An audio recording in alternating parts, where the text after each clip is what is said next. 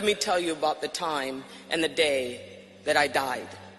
I had a memory when I was 9 years old, and I remember my parents fighting in the middle of the night.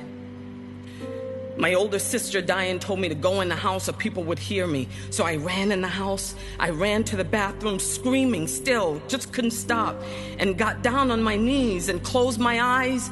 I put my hands together and said, God, if you exist, if you love me, you'll take me away from this life. Now I'm going to count to 10, and when I open my eyes, I want to be gone. You hear me? And I opened my eyes, and I was still there.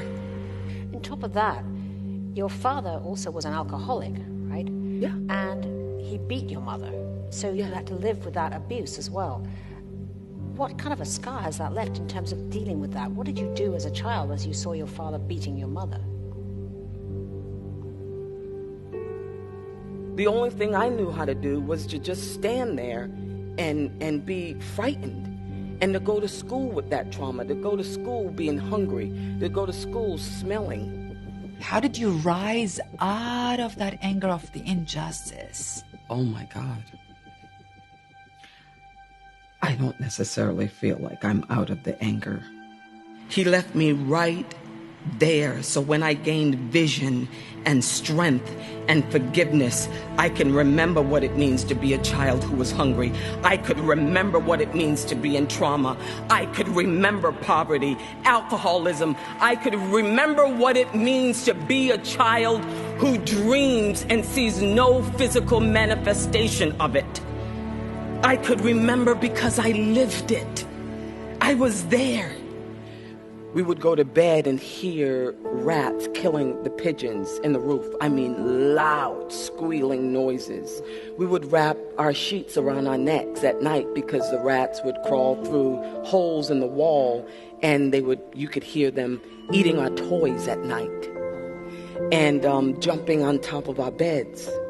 I always say that I was a bedwetter until I was 14. And I did everything to get food.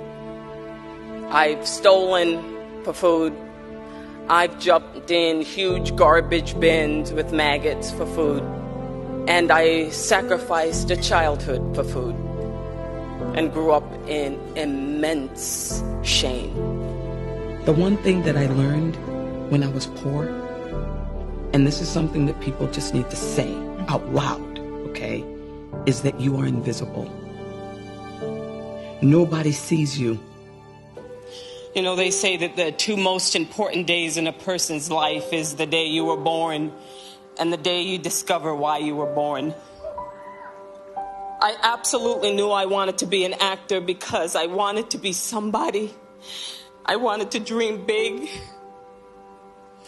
and make a mark somehow.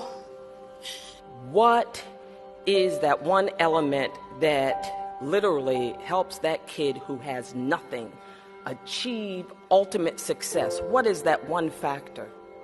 And they always say it's one person who was a mentor.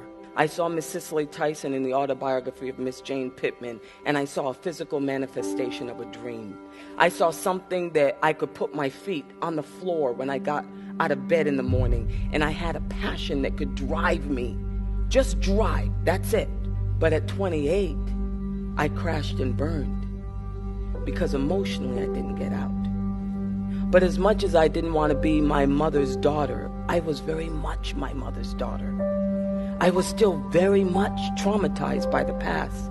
I very much was that little girl running from 8 to 9 boys who were always calling me, you black, ugly you're ugly, you're black, you're this.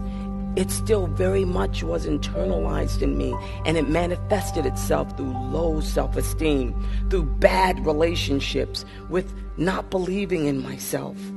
How did you get out of that darkness into the light, into the dream? Two things, okay? Number one, there's a difference between having a goal and having a purpose.